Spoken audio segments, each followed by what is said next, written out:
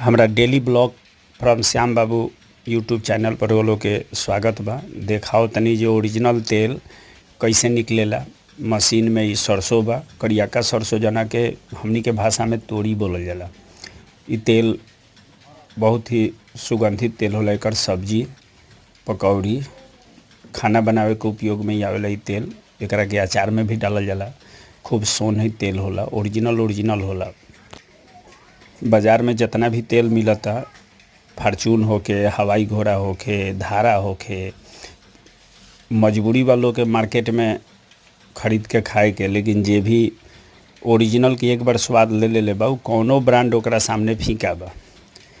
काहे कि जनसंख्या इतना ज़्यादा बा कि लोग टाइम नहीं खे देवे के चाहत। जौन मिलल तौने बना के खाली, चौक चौराहा पर जौन चीज़ मिलल उहे खाली।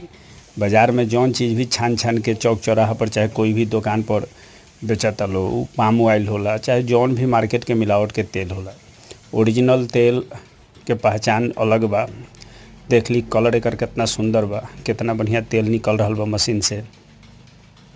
ई रंजीत जी के चक्की बा, यही जे हमार तेल भी निकलेला। गेहूं से आटा भी पिसाला, गाय के दाना भी तैयार होला, सब कुछ एजा रेडी होला। एकर सब्जी के टेस्टे अलग बा, ओरिजिनल होला।